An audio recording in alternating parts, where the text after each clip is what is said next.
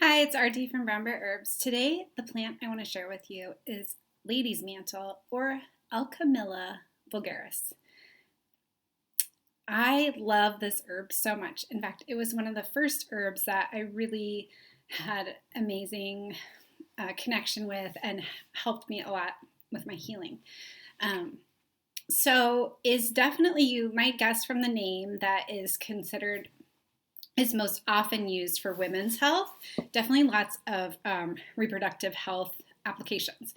It is useful for some issues that both male and female bodied people have. For example, hernia. You can use it in combination with shepherd's purse for hernia, for regardless of gender. And you can use it if you rupture your eardrum. You can use, like, drink the tea and then maybe put like just a little bit of um, tea on a cotton ball on the ear, near the ear, not dripping it in the ear, but like nearby. I would drink and do that. And it will heal the rupture without a scar. So it's very beautiful in those ways. Those are the main ways I think of for that you would also use for men's health. And then also could be some like rectal health that it could be useful for. But I'm going to mostly focus on the women's health end of it and tell you about what kind of people will benefit the most from ladies' mantle. Usually you're going to find paler people if you're Caucasian, and but even if you're not Caucasian, you can compare yourself to other people of your own race, and you know your own skin if you're a paler person, or maybe compared to your family. And often people with prominent blue veins. So that's more about how much dampness is in your system. If you're seeing really prominent blue veins, then that's an indication that you're having like more dampness. And it could be that you're anemic. There's some anemia going on. So if you have those qualities about you and you're having some major things that it's good for: yeast infections, polyps, uterine polyps, or anal, rectal polyps. Even, like, I think people have used it for like nasal polyps, basically entrances to the body. So like vagina, rectum, nose, ears. Those are good spots for for ladies' mantle to do its work. It's wonderful work, but it's a very, very feminine herb. So we're looking at, if you're bleeding a lot, polyps, yeast, prolapse, or tissue like weakness and drooping. Those are all good jobs for ladies' mantle. So like with the bleeding, if you're bleeding a lot with your menstrual cycle and your blood is more bright, no clots in it, then ladies' mantle would be likely to give you some symptomatic relief at least. So it would slow down the bleeding. So it is in my Menstrual Bliss tea.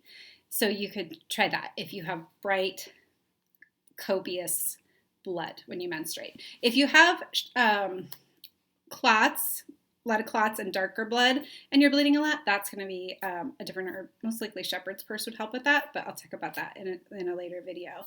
So, and then yeast, that's another indication. You have yeast, you have the blue line, you have your blue veins showing a lot, you have maybe more bloating before your period, water weight, and then you have the bright blood. So those would all be signs that ladies' mantle might really help with your yeast or candida. And so that's that. And then polyps, it does work with uterine polyps, and I've heard of it used for nasal polyps. And so I would frankly, and I believe colon, like rectum polyps. So if you have polyps, I don't see any reason why you wouldn't try to take ladies' mantle for like 1 cup a day, literally for like 3 or 4 weeks, and just see where you're at afterwards. Even if you get, that was what I first used it for, was had uterine polyps. I was reading Matthew Wood's book, one of his books, and it said it didn't say anything about polyps, but I learned about that later, and through my own experience. It said that Ladies Mantle was recommended for anyone who is considering getting surgery on their female reproductive organs.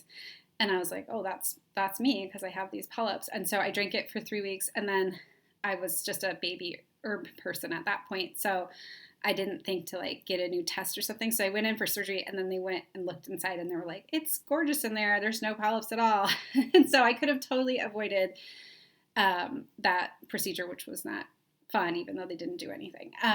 It just was, if anybody's ever had that, you know that it's very uncomfortable to have your cervix dilated, even though they say it's like a minor pinching feeling or something like that. I was like, that was not minor.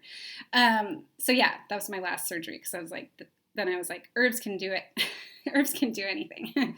Anyways, we'll see what happens with the rest of my life if herbs can do everything for me. But definitely, if you are having polyps, I would try Ladies Mantle. And if you're someone who's considering surgery on your lady parts for any reason, I would try Ladies Mantle. And it is good for certain types of fibroids. There's a bunch of different herbs that are good for fibroids. So if you're dealing with that, it's a little bit more complex. I would suggest I do consultations. You could get a consultation with me or some naturopath who's very has more expertise about the different herbs that are useful for fibroids.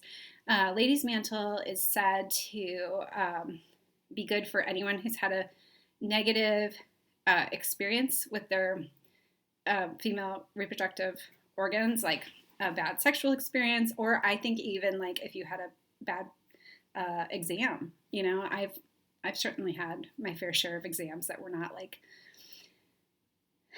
a fantasy exam. I don't know what that would be, but just like they were more either painful because of my condition, or the doctor was insensitive or something like that. So it's very, very soothing herb and gives you more of a sense of intactness to your energy. It is like a mantle, is like a coat. So it's like the idea is it's like a coat. And if you've ever seen the plant, I'll have a picture up here for you. The leaves collect little drops of water on them, and so it's like it has the ability to teach your body what to do with that extra water weight, how to manage water in your body. Because if you're having a lot of bloating and you're having the bright blood, that's probably watery blood. So it'll teach your body how to deal with that water a lot better and reduce the amount of yeast infections that you're having or candida. And I haven't had any side effects that I've noticed. I took it for years, actually, because I had really bad yeast infections at that time, which turned out to be related to a thyroid issue. So if you're having a persistent problem and the herb is not dealing with it, you should be still working on like getting to the bottom of it. And of course, resolving lifestyle issues like your clothing being not breathable and any products you're using, dietary stuff. So just get to the bottom of it. You shouldn't have to deal with the discomfort of yeast infections and stuff like that. You should be able to have like a healthy, happy life, especially with your private parts.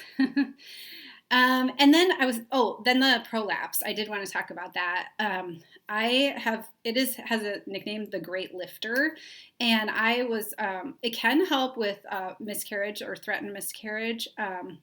I was having a miscarriage, and it was suggested to me to try soaking a tampon in the tea, Ladies Mantle tea, and then putting it up there and see if that would help.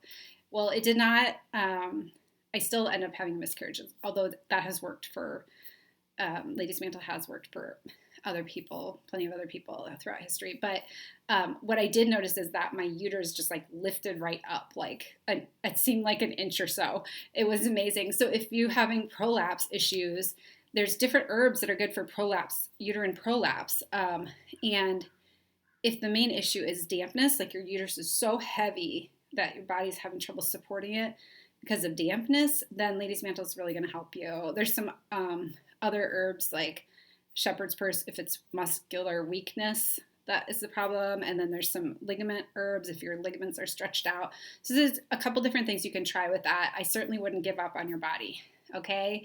You can get your body doing much better.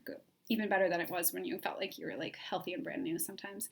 And then not just lifting the uterus, lifting your breasts. You didn't get to see that, but I was just demonstrating lifting my breasts. And anyways, if you do like, you can soak like washcloths, you definitely drink the Ladies' Mantle. You don't want to drink it while you're still, this is postpartum advice. So if you're nursing, you don't want to drink Ladies' Mantle because it can cause you to have less milk flow. Now, if you accidentally drink it, you can take some raspberry leaf or some hops, and your milk flows should like go back up to speed. And if you don't want to have any milk flow, then I would suggest sage.